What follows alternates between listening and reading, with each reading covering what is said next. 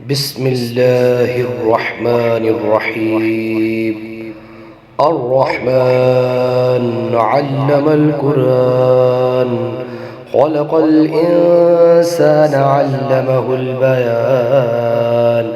الشمس والقمر بحسبان، والنجم والشجر يسجدان. والسماء رفعها ووضع الميزان، ألا تطغوا في الميزان، وأقيموا الوزن بالقسط ولا تخسروا الميزان. والأرض وضعها للأنام، فيها فاكهة والنخل ذات الأكمام، والحب ذو العصف والريحان.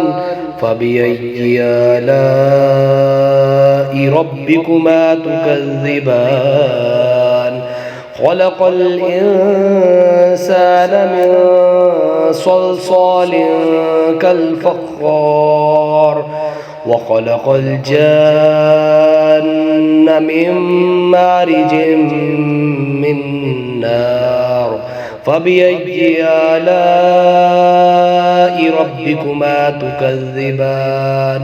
رب المشرقين ورب المغربين. فبأي آلاء ربكما تكذبان؟ مرج البحرين يلتقيان، بينهما برزخ لا يبغيان. فبأي آلاء ربكما تكذبان؟ يخرج منهما اللؤلؤ والمرجان.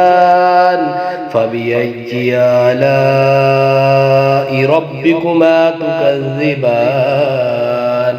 وله الجوار المنشآت في البحر كالأعلام. فبأي آلاء ربكما تكذبان؟ كل من عليها فان، ويبقى وجه ربك ذو الجلال والإكرام. فبأي آلاء ربكما تكذبان؟